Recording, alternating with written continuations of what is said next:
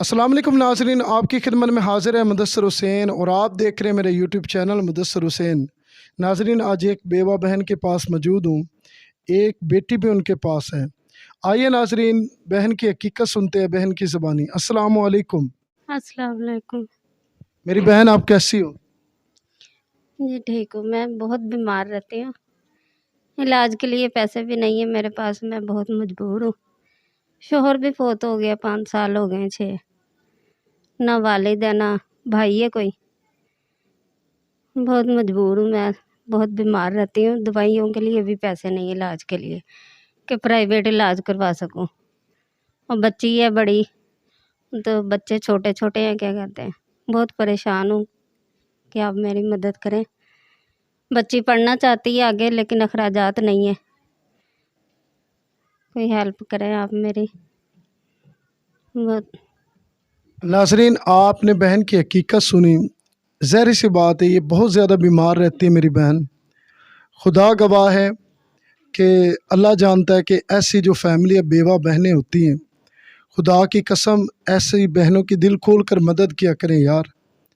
अल्लाह जानता है कि आप ऐसी बहनों की, अगर बेवा बहनों की मदद करोगे तो अल्लाह जानता है दुनिया में किसी चीज़ की कमी नहीं आएगी। को मेरे वालिद साहब फ़ौत हो चुके हैं। मैं आगे पढ़ना चाहती हूँ, पर घर के अखराजात पूरे नहीं हो सकते घर के, इस वजह से मैं पढ़ नहीं पा रही हूँ आगे।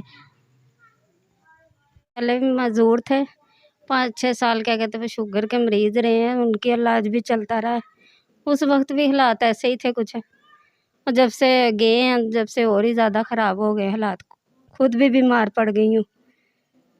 अच्छा मेरी बहन, आपको क्या मसला है, क्या तकलीफ़ है आपको?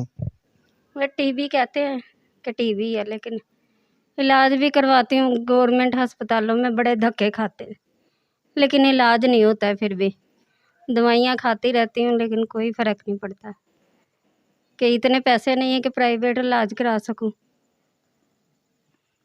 अच्छा मेरी बहन, आपके बच्चे भी छोटे हैं, आप खुद भी बीमार रहती है, तो घर का किस तरह निज़ाम चलता होगा? मुझे समझ नहीं आ रही। आप बताएंगे कि किस तरह आप घर का निज़ाम चलाती होंगी? मैं थोड़ा बहुत माल वगैरह काटती हूँ, बैठे बैठे काट लेती हूँ कि अल्लाह तवक्कल ही है, बस अल्लाह ने निज़ाम चलाया हुआ, अल्लाह दे रहा है।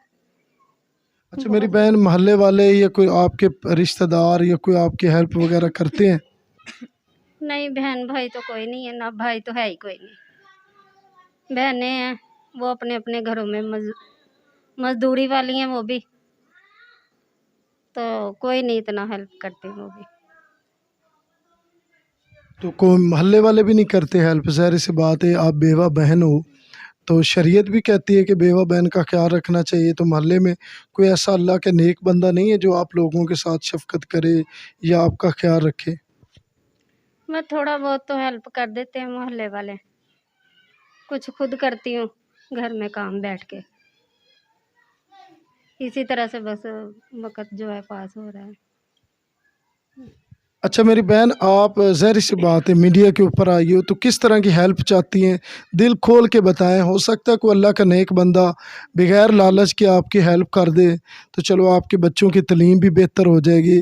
चलो बच्चे आपके नहीं पढ़ रहे, चलो हो सकता है कोई अल्लाह का नेक बंदा कहे कि मुदस्सिर भाई, हम इनके अखराजात बर्दाश्त करते हैं, बच्चों को ये बहन पढ़ाए।